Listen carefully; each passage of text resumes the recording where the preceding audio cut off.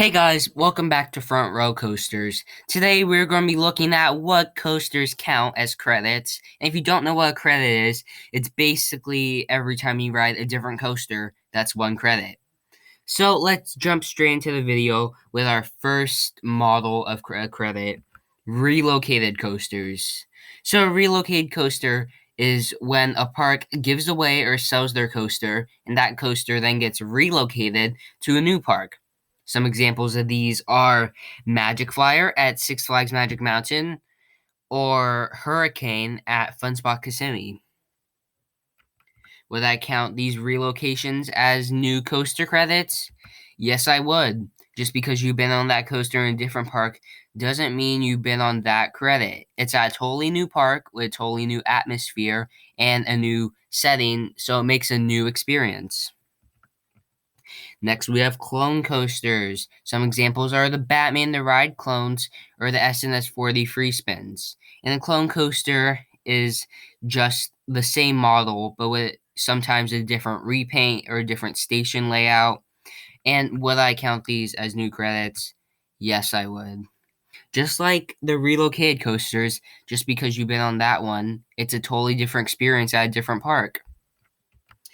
Next, we have the retheme coasters. Some examples are Incredicoaster at Disney's California Adventure, used to be California Screaming, and the Flash Vertical Velocity at Six Flags Discovery Kingdom, used to be V2 Vertical Velocity. A retheme usually follows in a repaint of the track or structure, sometimes a new sign and a new station. And would I count these as credits? No, these are not new credits. It's the same exact track layout. There might be a repaint on the track or some tubes like Incredicoaster, but it doesn't really change the experience of your ride. So I am not going to be counting these as new credits. Next, we have the identical track credits.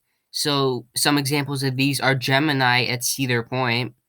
It's basically when there's a left and right track next to each other, but they do the same exact thing throughout the layout. Every time it turns left, they turn left. Every time it goes down a hill, it goes down a hill. It's the same exact layout, just on two different tracks.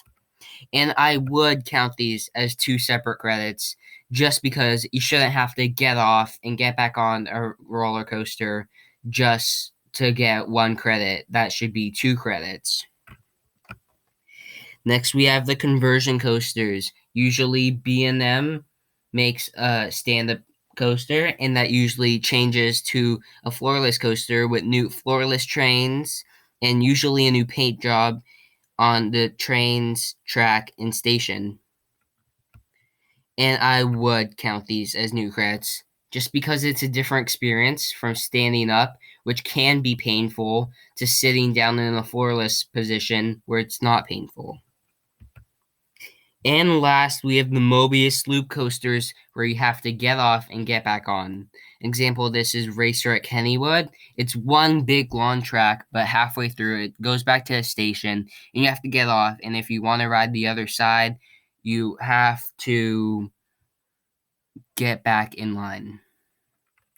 And I would count these as two credits because just like the identical track credits, you shouldn't have to get off a coaster and get back on to get one credit.